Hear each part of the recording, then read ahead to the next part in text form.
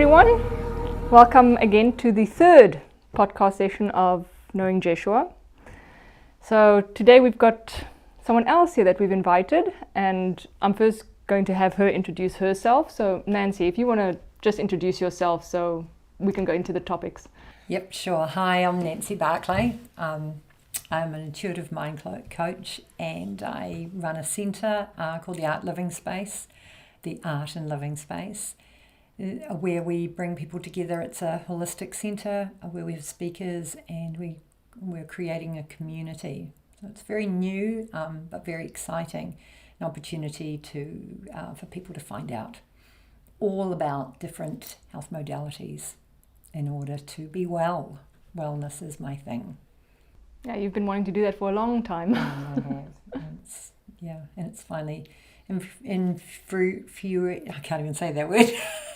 It's come to fruition. That's it. Fruition. Yeah. Well, you also do life coaching. You want Yes, to I say do. about I'm that? an intuitive mind coach. I did say. Can you explain that? So I work with people to make life changes. Often we reach a point where we can't stand feeling the way we feel, or we're struggling. And so over the years, I have created a skill set so that I can help people make those changes within themselves. Quite often we think we need to change the others around us, but in fact, it is ourselves we need to change. If we want our life to change, we have to have ourselves. So I use NLP, I use hypnotherapy, I use interactive drawing therapy, conversation, of course, even Akashic records. We look into past lives, the whole package, even fitness, health, and body wellness in general. But it's an area I'm really passionate about because I had some drastic changes in my life. I became in a position where I could help others, and after 3 years of intense studying, I realized that there were other people on the other side of the world doing the same things as me, thinking in the same way as me, and we had never spoken. So I understood that there was far more to it than just being a person, that in fact we're a soul and a mind and a body. Yeah. Well, I love it that you said that it's all actually comes down to us going within. I love that, because that's actually the topic of what we want to discuss today. Our first podcast was about self-sacrifice and actually being able to find something that you're willing to sacrifice for, a purpose in life. And there was a comment, and I'm actually going to read it. So the comment was, I'd love to hear more about what we can do individually, because it isn't obvious to most people. I'm recently waking up on the spiritual side of life and getting very confused as to my next steps. I need guidance in this process. You started talking about this towards the end, and I think a whole discussion on this would be really helpful for a lot of people. Assume we're starting from nothing and want to develop our intuition, start to go within. What does this even mean, and how can we do it? You'd be perfect to explain and discuss this. That's actually why I wanted to invite you here today, because I think you fall very well under that category, so we can really have a nice discussion on the different levels of doing this. Very much so. It really is about self and about wanting change and taking complete responsibility. And you can't do it if you just want to change. But as you read that, I thought of things like you might believe that you need to suddenly completely change your lifestyle and start meditating like a crazy thing and do some unusual things. But in fact, the way I would see it is it begins with how you see yourself. Yeah. Well, that's actually what I want to clarify first, and you can interject anytime you want, is the first thing that comes to me, what does it mean going within? Because, again, spiritual communities, religion often has hijacked words and meanings, and I find going within is actually very simple. A lot of groups make it very complicated. But going within is actually the most simplest thing we can do, it's the most natural thing we can do, and that is to be with yourself. To be able to not have distractions around you, to get away from your phone, to be in a space where you can sit and just completely be alone with yourself and not think about the movie you watched last night, not thinking what you're going to have for dinner this evening. What you think inwards, you think, what do I believe? Why do I think what I believe is right? How does what I believe serve me? How does it not serve me? To become self-critical in a sense. Absolutely. In fact, it starts even before, of course, it starts before you can sit with yourself, because a lot of us can't sit with ourselves. That's exactly what I wanted to. And as you say, it's the beliefs, it's what we believe that can hold us up, because we have got really strong patterns of conditioning. The way we see the world, the way we see ourselves. People have told us who we are. And to be what we want, what they want us to be, we put that mask on. And so there's a lot of fake, and there's a lot of layers of untruths. And when we peel it back, and that's really the beginning, peeling back who am I. And when people are coming to this point, there's a lot of fear. There's a lot of fear of, oh my goodness, will people think I'm a weirdo? And and when I think about the Louise Hay, there's a beautiful video that she's made, or a movie called You Can Heal Your Life. And there's a character going through the movie, and I so could relate to that character saying, I just give up. I give up. People are going to think I'm crazy or weird or strange. And the truth is, it's actually not about that. It's just being your truth. You already are that. And actually, the funny thing is, everyone else knows it. They know who you are, and they know when you're being fake. And so it's losing the fake and losing the beliefs and losing the rigidity that's around that. And the fear of not being accepted in groups and communities and all. But the beautiful thing is, when you change, you always find the communities. That's right. You always find the people. I always think that's always a strong point, is if you look at the teachings of Jeshua, that he also said you should be very happy when groups hate you and throw you out, because it means that you have gone within and you're changing your life again. You should be happy when people hate you, when people cast you out and so forth, because you're going to find the people that welcome you. And that is also the coming and going of friends, the coming and going of circles. There are friends that are busy breaking away from me, and I'm sure it's a constant cycle, and I think a lot of people, again, they're so scared of the change that they don't want to let go of what's familiar to them. So they would rather stay in their community, in their spiritual group, in their religion, in their families, whatever community we're talking about. They'd rather stay there because they're scared of being rejected, and they're not going to find something better. So safety is one of the biggest things for us as humans. And when we don't feel safe, we fear. And when we fear, we don't want the change. That's right. And that's the interesting thing. We are a minority. Those who really, truly wish to be their true selves are fewer. Jesus was fewer. Yes, absolutely. You don't get many of him wandering around. Yeah, that's right. And you actually have to embrace yourself, really fully embrace. And the conversation that we have in our head on a regular basis is rather negative. It can be, oh, you idiot, oh gosh, I've done that again, what a fool, and the words in our head, they say, you'll only let someone else treat you as badly as you treat yourself. It's only when they treat you worse than that you finally walk away. But it's quite large, and it's the boundaries that we set. Our boundaries aren't very good because we aren't very kind to ourselves, and yet that's where the change begins. And I think also society has played a very big role in that, because today in society you look at all these social media apps and everything else. Everyone wants to be liked, everyone wants their followers, they post things all the time.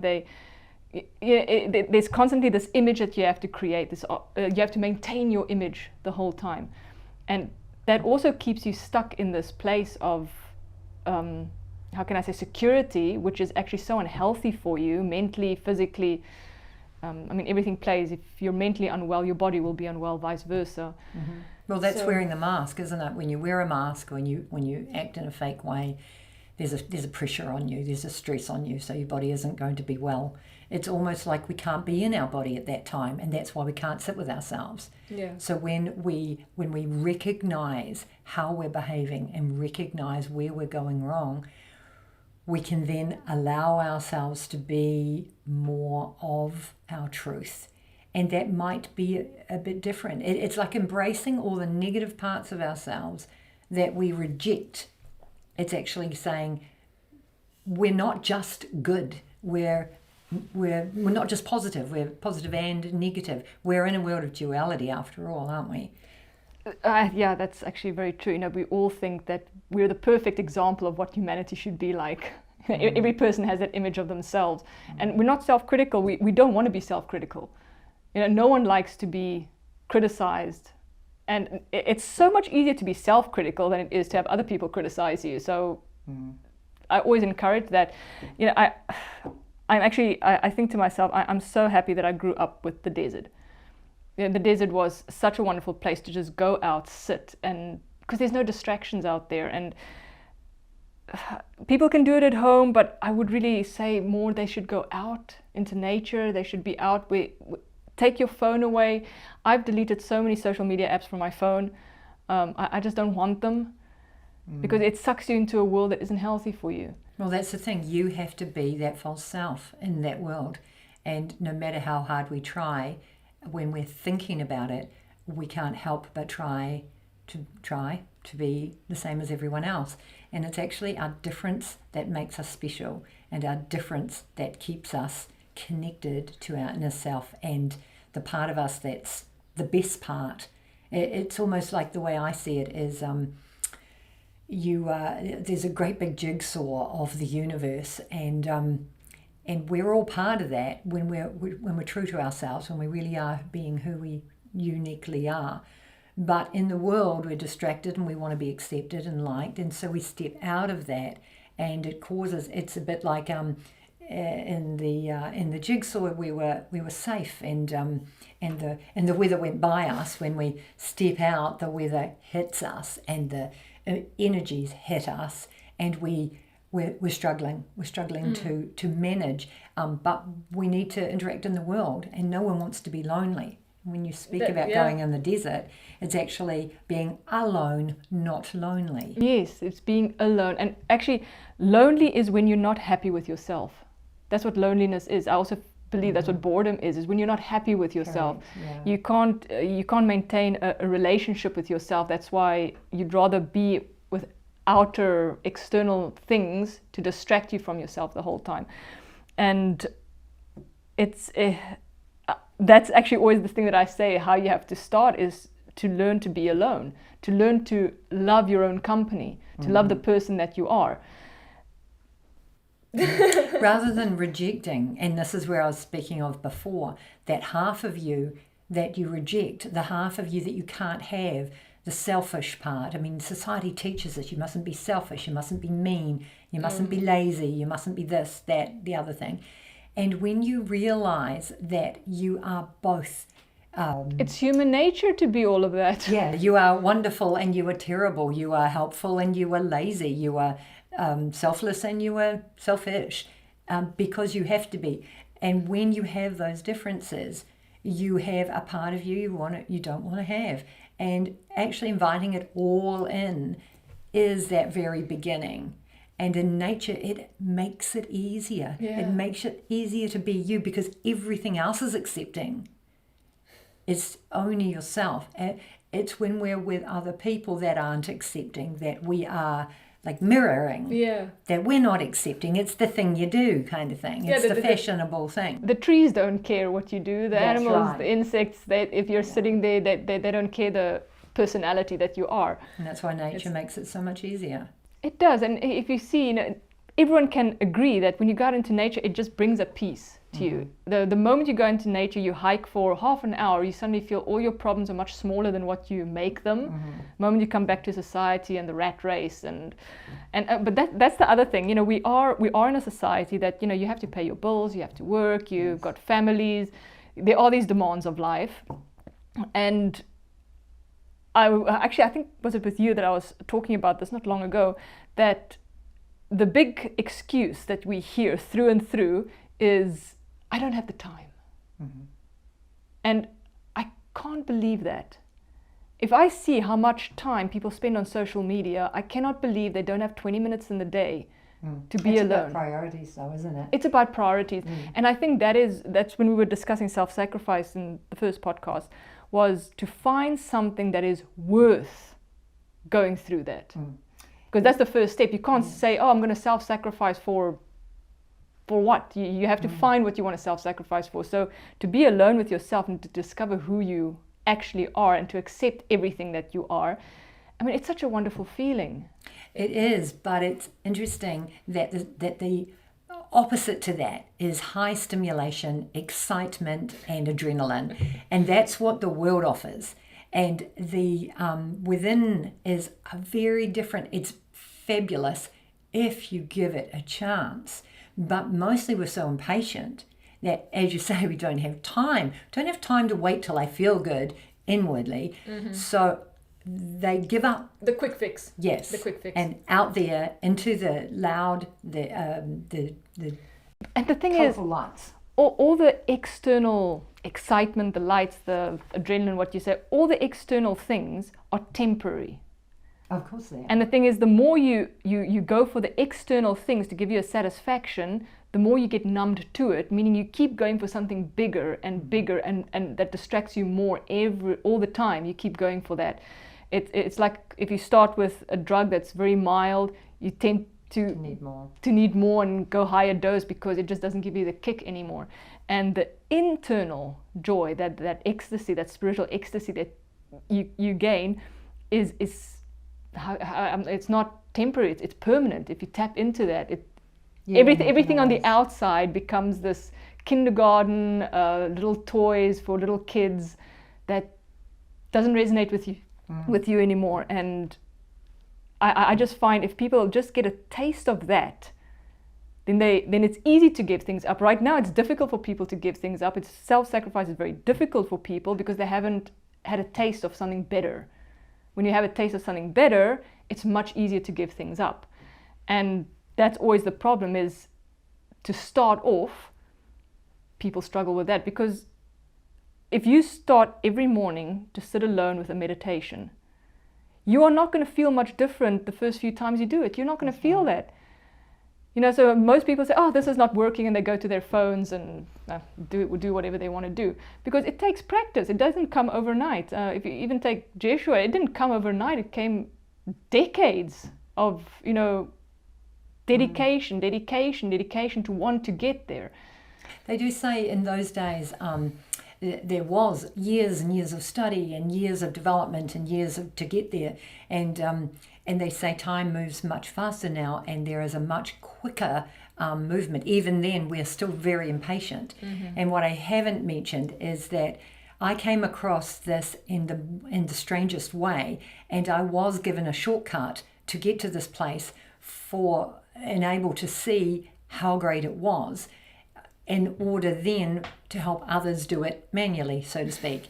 And there was a time in my life where I wasn't feeling that great, and I had become quite a person who was very addicted to the outside world to make me happy, and I actually relied on others for my happiness, which wasn't working out at all. I also went through a stage like that. I think it's a very natural process, and it just comes down to how determined are you to get out of it, how determined are you to really change things. It's the same, they say if it comes to addiction, if the person who has the addiction doesn't want to get out of it on a deeper level, no rehabilitation, anything like that is going to help them.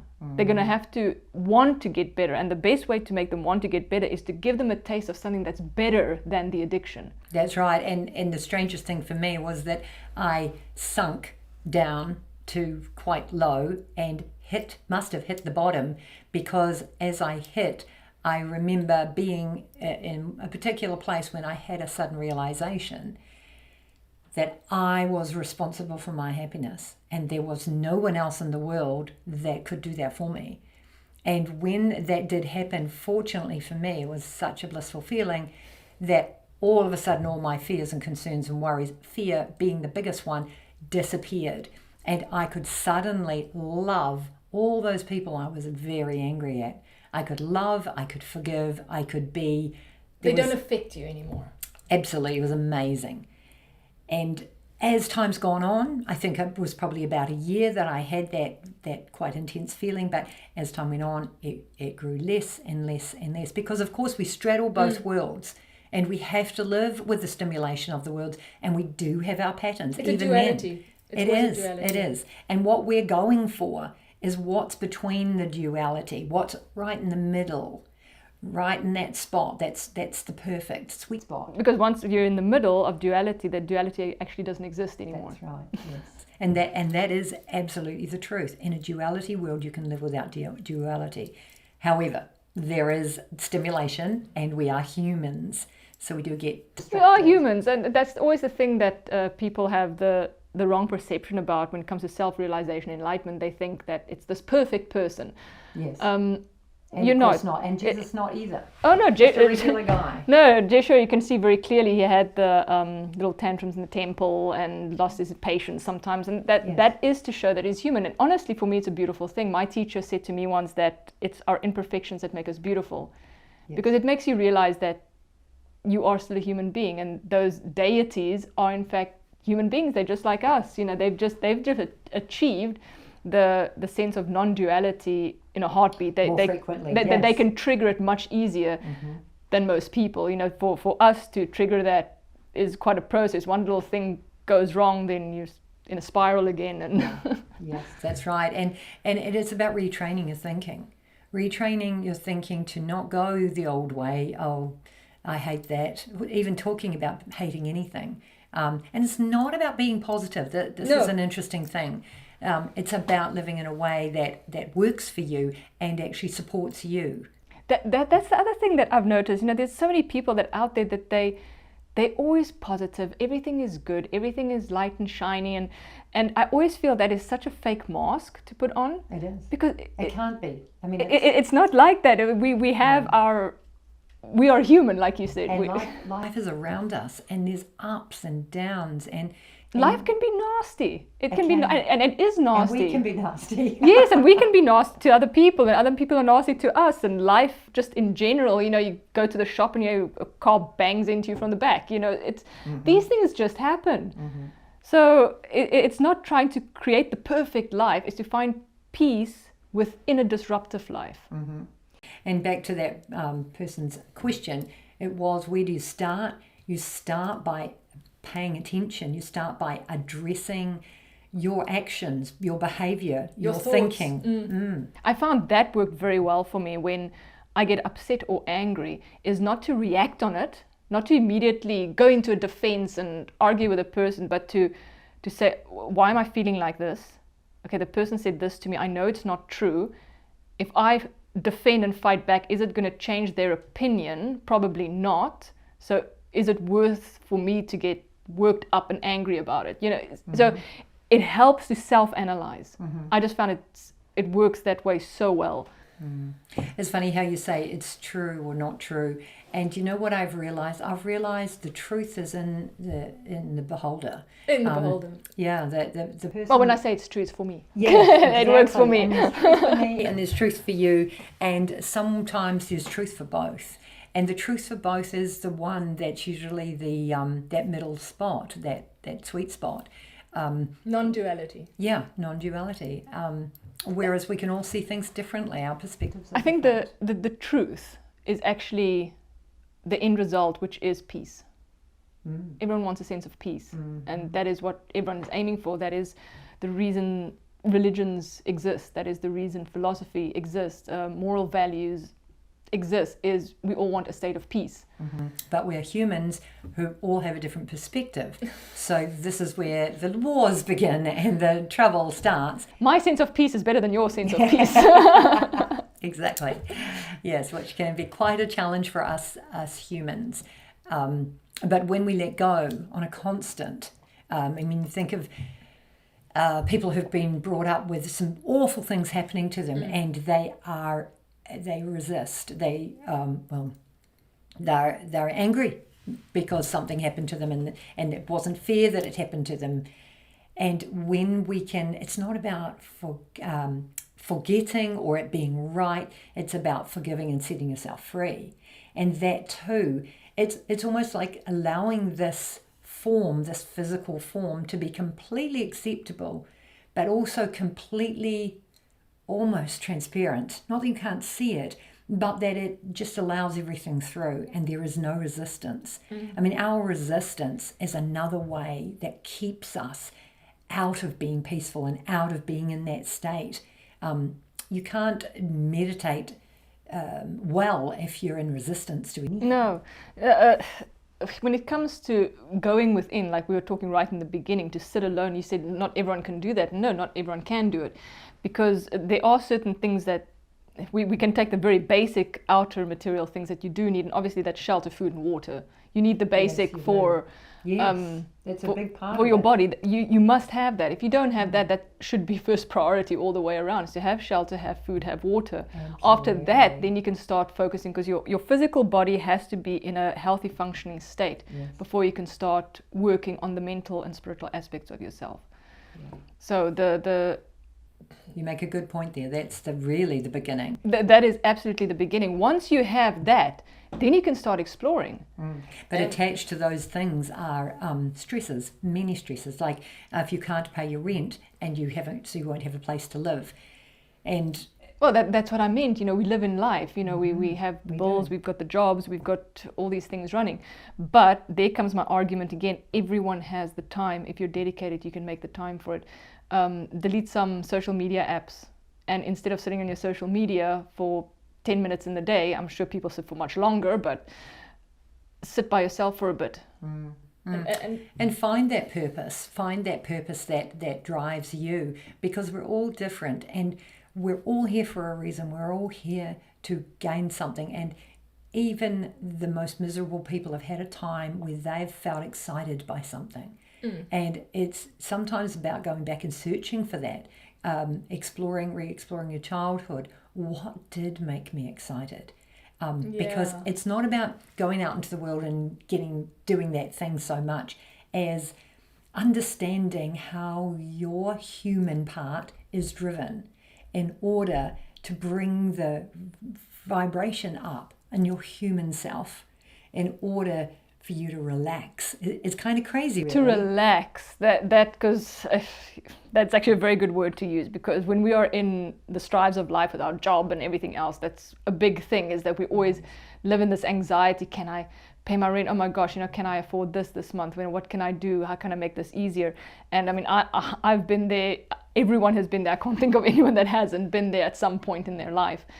And to get over that is very difficult, because most of the time, to stress about something, paying bills. Yeah, to stress about that doesn't help you in any way. Not at all. It doesn't help you. Either you can or you can't. But to sit and stress about it is not. You have to.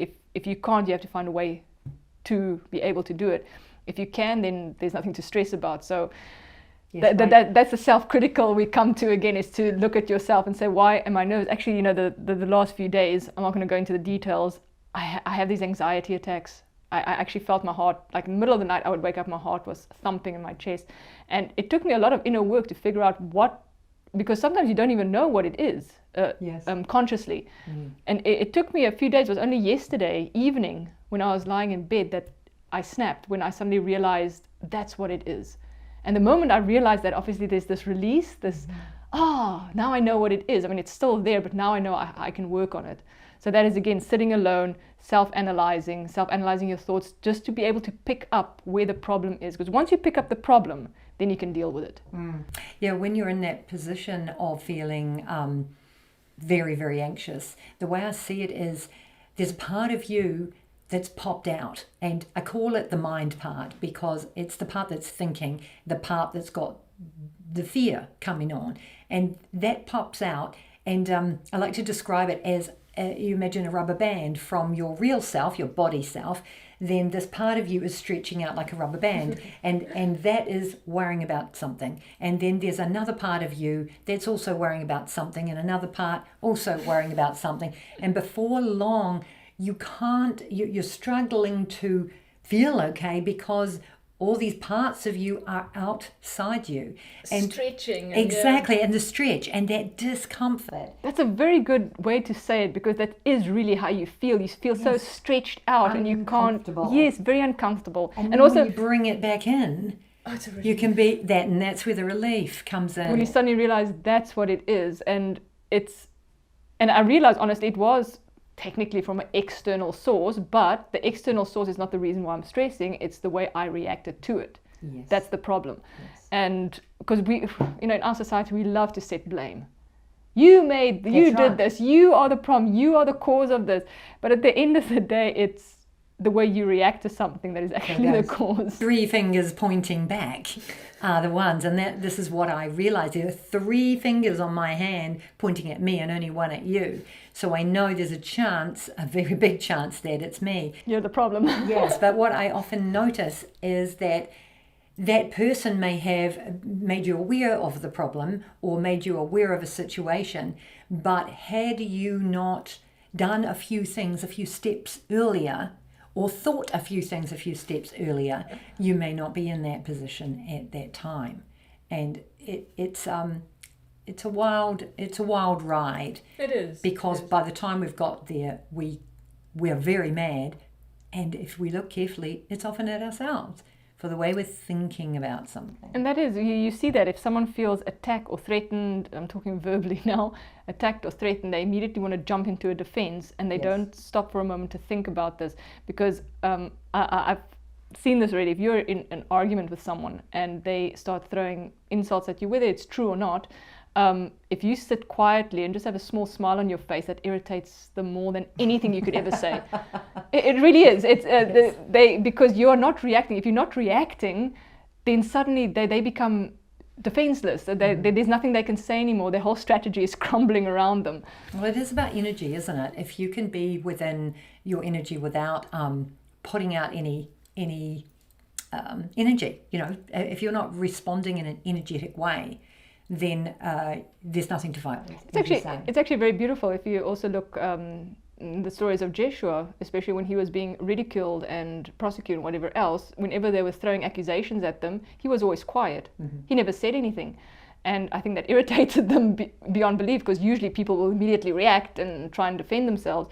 And to just listen can actually be a much greater tool than responding to someone. That's for sure. Oh, you were talking about being anxious, and another thing to remember is when you're lying in bed at night and you're worrying about the bills, the question you have to ask yourself is, am I safe? Am I warm? Am I dry? Have I been fed? Or do I have the necessities? Yeah, do I? And the chances are you do. Now, maybe tomorrow you're moving out, but in that moment, there is nothing to resist. And that's where we're so conditioned to resisting this and resisting that and blaming, as you say. It's all outwardly. When we can have who we are, where we are, that's the present moment. And that's what Eckhart Tolle speaks of when he talks about being in the present moment. And that is the space of peace. Because you have to remember, any kind of stress or fear is imagination. Correct. Because it's something that hasn't happened yet. It's just an imagination. And any depression, regrets you have is memory from something that happened in the past. So any of those emotions is either something that hasn't, in both ways, it hasn't happened, or it's happened already and you can't change it. Now, we can make light of this, but it is very serious for people who've got problems. What I'm saying is I promise, you can have your problems, but you do not have to feel them physically. And there are different techniques, like putting your problems to the side when you go to bed. Some of them are so enormous. But what you've got to remember is it's the thinking of the problem, not the problem, that is your problem. Yes, exactly.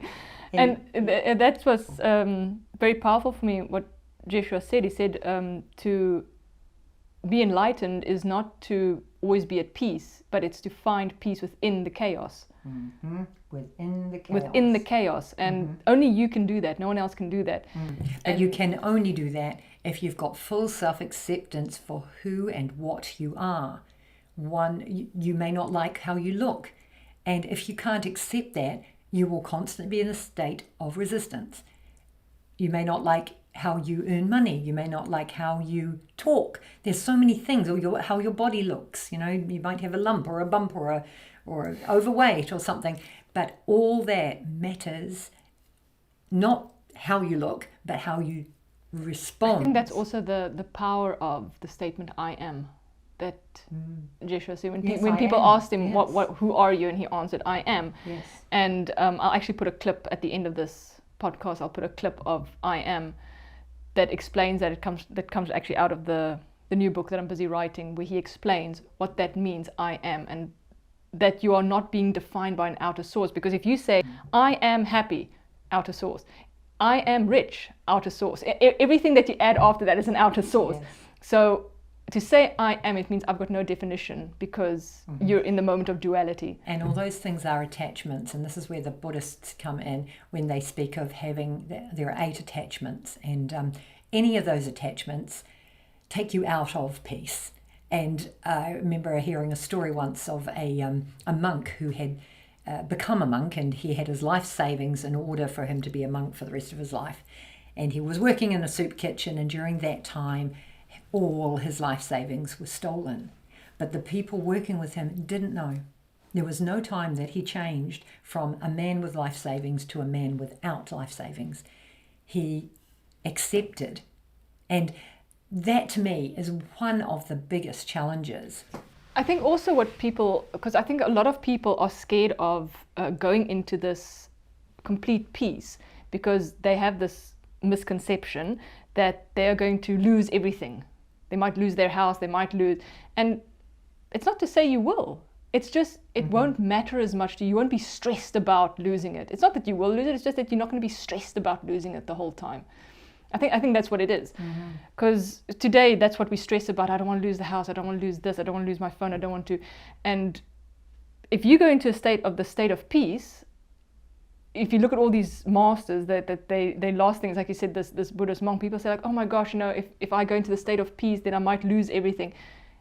It's not to say you're going to lose everything. You're just going to be in a state of peace about it. It's not going to bother you. And it's not something that's being acted out. I'm not acting as though I'm okay with it, because a lot of people tend to do that in a lot of communities, because they want to try and seem more than what they are. But to really be in a state of peace, you're not going to stress about those things anymore. But I do believe as humans, we are addicted to the drama. Yeah. And it's not even just our heads, it's our bodies that are addicted. And social media offers that. They say you have to do it. Put it on TikTok, put it on all these different social media platforms to show the drama of your life. And people react to it, and obviously you feed off the reactions, and it's this vicious circle that just keeps going. It's that excitement, it's that extreme that the world offers that is a major distraction. It's almost like we're here on a little test. Do you think you could find your way to peace? However, we're going to make sure it's difficult for you.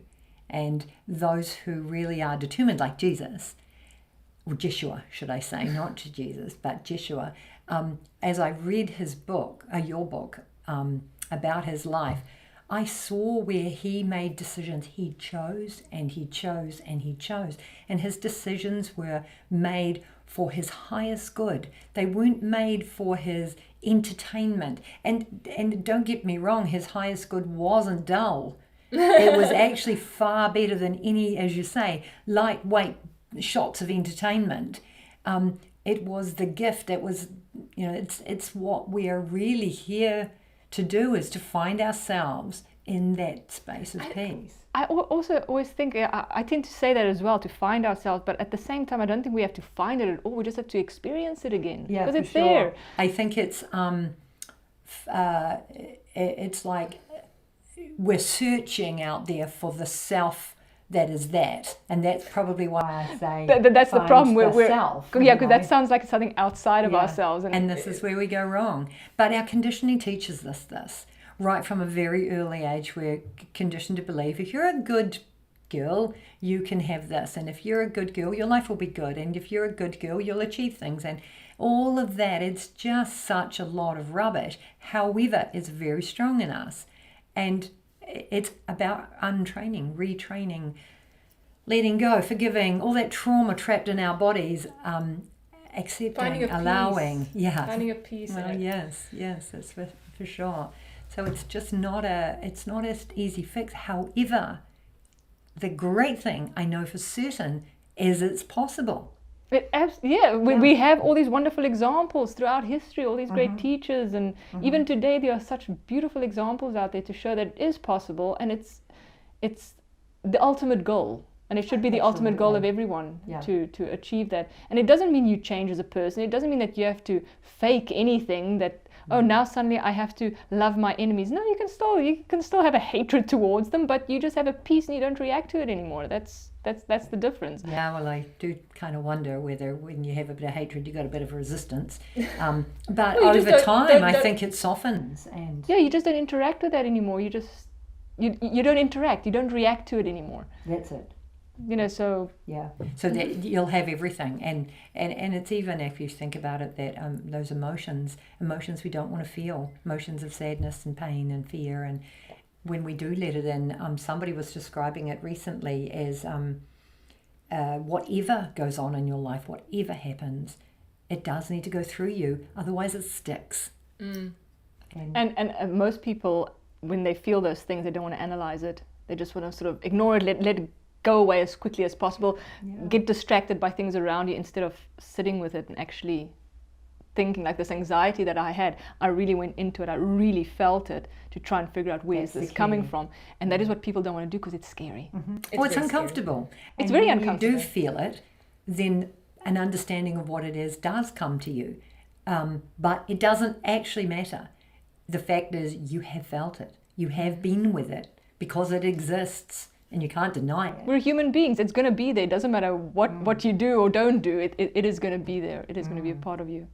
So I think we're all on the journey, but I think we've all got a lot of potential. No, we can all reach it. We can all reach it.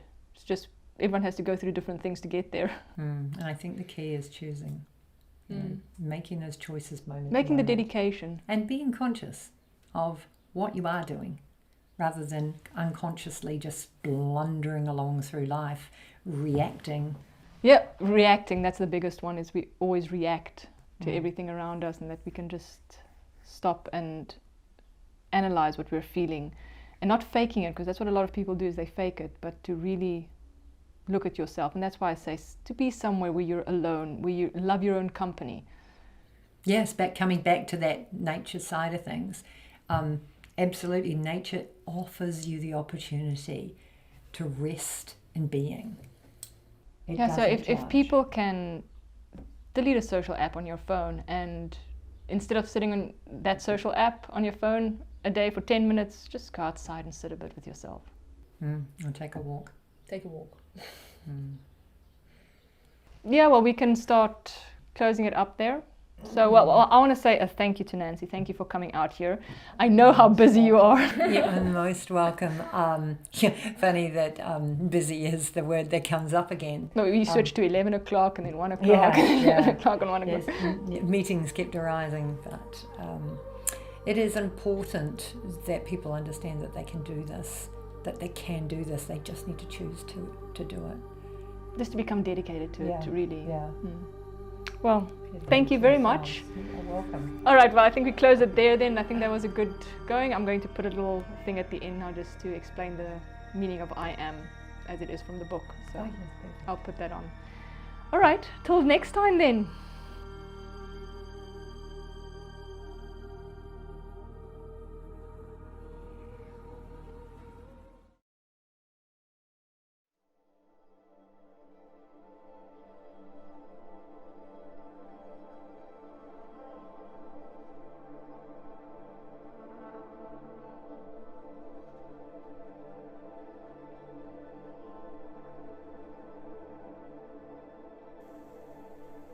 In an attempt to have me confess this, they asked me who I was, and I replied with the phrase, I am. I will explain this.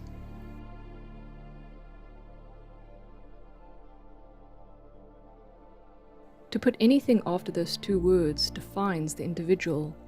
One who is self-realized carries no such material identification, as they know they do not conform to the physical world.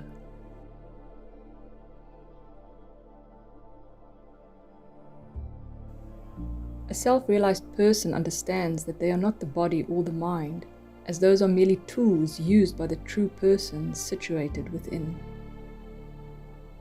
We are not a name. A name is given by parents, and it is your name. It does not tell the universe who you are. We as human beings state that the body belongs to us. We refer to our limbs, even our thoughts, as our.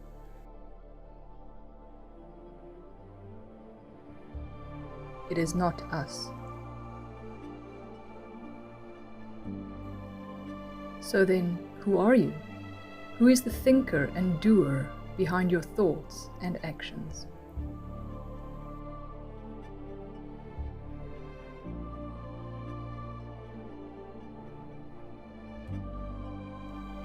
The only genuine certainty I have is that I exist and possess a consciousness. I understand the nature of the human condition, but I don't know the consciousness of another. I know for certain my own, along with the reality of my own existence, without an external identification.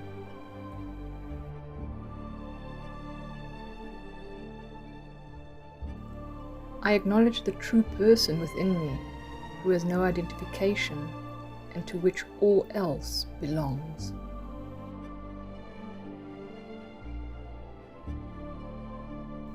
This is the power of the statement, I am.